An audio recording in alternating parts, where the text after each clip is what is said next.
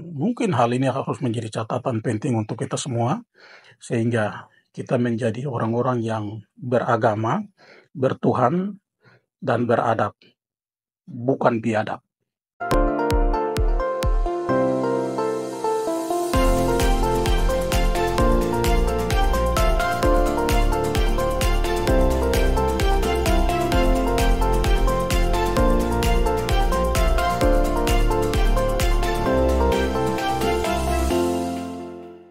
Ada satu masalah yang saat ini atau beberapa tahun terakhir ini ramai terjadi di Papua, yaitu pencaplokan tanah.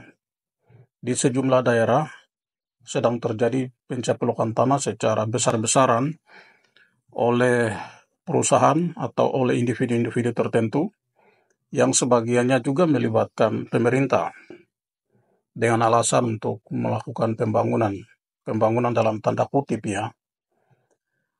Yang baru-baru dan ini cukup terkenal ya, ada pencaplokan tanah di Papua Selatan, di Merauke dan sekitarnya, yang luasnya tidak main-main.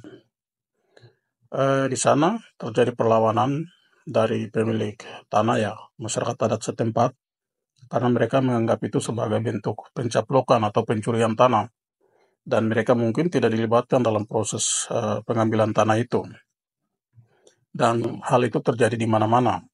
Jadi uniknya adalah tidak ada proses komunikasi atau perizinan yang melibatkan pemilik masyarakat adat ya, pemilik tanah setempat. Karena apapun alasannya itu adalah tanah mereka. Dan yang lebih mengkhawatirkan kita dan perlu disayangkan adalah proses pencaplokan atau pengambilan tanah itu dilakukan dengan menggunakan cara kekerasan, atau boleh kita sebut ada keterlibatan pihak penegak hukum, di mana masyarakat diteror, ditakut-takuti, dan sebagainya.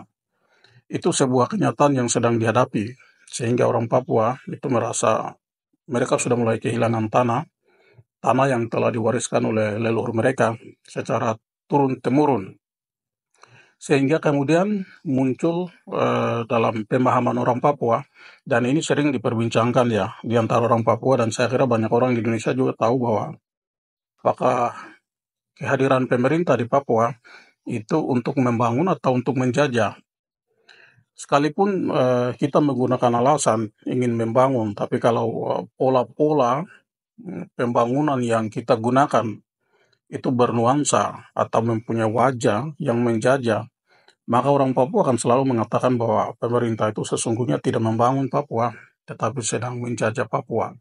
Atau ada kata yang lebih keren ya, pemerintah Indonesia hanya mencintai tanah Papua, tetapi tidak mencintai orang Papua. Kata-kata semacam ini lahir dari pengalaman panjang ya, penderitaan mereka akibat dari proses pembangunan dalam tanda kutip yang selalu diklaim oleh pemerintah selama ini. Saya perlu sampaikan bahwa salah satu penyebab perang dalam kehidupan orang Papua dari dulu sampai sekarang adalah karena tanah. Jadi orang Papua itu biasa berperang karena persoalan tanah. Kalau terjadi pencaplokan, kemudian pemindahan batas misalnya, atau ada sengketa-sengketa yang berkaitan dengan tanah, orang Papua akan berperang. Karena orang Papua memahami dan mengidentikan tanah itu sebagai mama atau ibu yang memberi mereka makan. Sehingga tanah itu menjadi bagian atau jati diri dari orang Papua. Jadi ketika tanah itu diganggu atau dicaplok atau dirampok dan sebagainya, maka orang Papua akan berperang untuk mempertahankan mama dan berperang untuk mempertahankan harga diri. Makanya orang Papua itu tidak bisa hidup tanpa tanah. Jadi ini harus dipahami oleh semua kita ya, terutama oleh pemerintah. Orang Papua itu bisa berperang karena tanah. Karena itu kalau pola-pola pembangunan dalam tanda kutip ya, seperti ini terus dilakukan ke depan, maka potensi konflik itu sangat besar sekali. Saya sejak dulu selalu menyampaikan bahwa salah satu hal yang akan melahirkan konflik di tanah Papua di masa depan adalah masalah tanah. Karena terjadi pencaplokan tanah yang gila-gilaan oleh oknum atau oleh kelompok tertentu yang seringkali juga mendapat dukungan dari pemerintah. Jadi sekali lagi ya, saya mau sampaikan ya, suatu waktu nanti akan terjadi konflik yang sangat luar biasa ketika orang Papua merasa bahwa mereka sudah kehilangan tanah. Karena ketika mereka merasa bahwa mereka sudah kehilangan tanah, maka sedikit lagi mereka akan lenyap atau mereka akan musnah. Seperti tadi saya sampaikan bahwa orang Papua tidak bisa hidup tanpa tanah. Dan kita harus berjuang secara maksimal, harus sadar bahwa barangkali sementara masih ada waktu ini, kita harus berupaya untuk bisa melakukan upaya-upaya untuk menghindari konflik itu.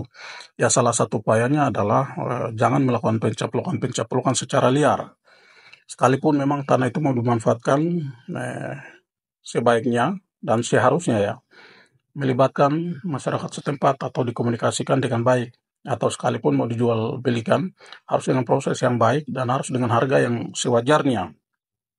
Hal-hal ini yang jarang sekali dipahami oleh kita semua ya, terutama orang-orang yang punya niat, punya ambisi, punya keraskusan dalam mencaplok tanah yang ada di Papua.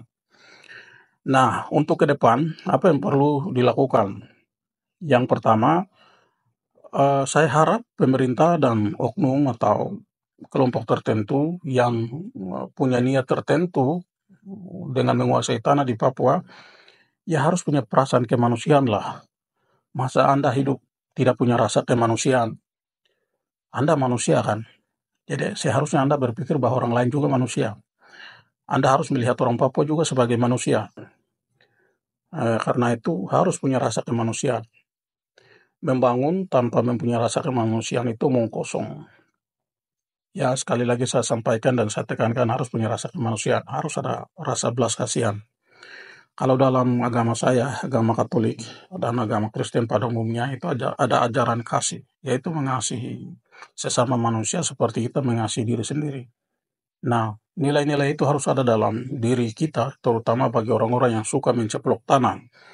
Kemudian yang kedua, saya juga berharap supaya pemerintah dan siapapun yang berkepentingan dengan tanah di Papua atau orang di Papua itu harus memahami adat istiadat masyarakat setempat. Ya, saya tekankan ulang ya, harus memahami adat istiadat masyarakat setempat, kebiasaan mereka, dan juga yang penting kebutuhan mereka. Dengan kita menceplok tanah, kira-kira bagaimana adat mereka, pemahaman mereka tentang tanah. Lalu kebutuhan apa mereka di atas tanah itu. Dan apa yang sepantasnya harus kita lakukan kalau kita ingin mengambil tanah atau dalam tanda kutip membangun Papua dan sebagainya. Jadi pemahaman-pemahaman terhadap adat dan budaya setempat itu sangat perlu. Pemahaman-pemahaman terhadap kebutuhan masyarakat setempat juga sangat perlu. Itu harus menjadi catatan dan harus dipahami oleh semua pihak. Ini yang kedua ya. Kemudian yang ketiga, saya itu kadang-kadang heran ya. Orang-orang yang suka melakukan kekerasan, kejahatan, pencaplokan tanah dan lain sebagainya, ini kan orang-orang beragama. Saya ulang ya, katanya orang-orang beragama. Masa ada orang beragama yang kelakuannya seperti itu? Setiap hari Jumat misalnya pergi sholat Jumat, setiap hari sholat 5 waktu bagi yang beragama Islam, atau yang bagi yang beragama Kristen, setiap hari berdoa, atau setiap hari Minggu pergi beribadah di gereja. Begitu juga dengan agama-agama lain, tetapi keberagamaan mereka itu tidak sesuai atau tidak sejalan dengan perilaku mereka. Katanya orang beragama, tapi suka mencaplok, suka menyengsarakan orang, penuh kerakusan, tidak punya rasa kemanusiaan dan lain sebagainya. Dan katanya kita ini negara beradab. Ya, negara beradab, kita punya adab, tapi adab itu tidak pernah digunakan. Yang ada adalah kalau kita melakukan tindakan-tindakan seperti ini, kita menunjukkan diri sebagai orang yang biadab ya, bukan beradab tapi biadab.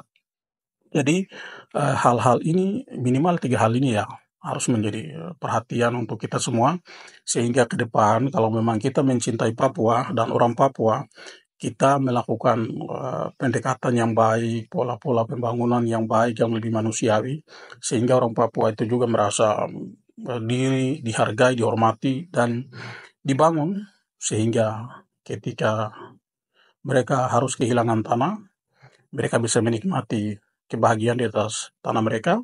Tetapi juga kalau tidak kehilangan tanah itu merupakan cara yang baik agar mereka bisa hidup di atas tanah mereka, ya itulah yang harus kita akui, harus kita hargai dan harus kita dukung.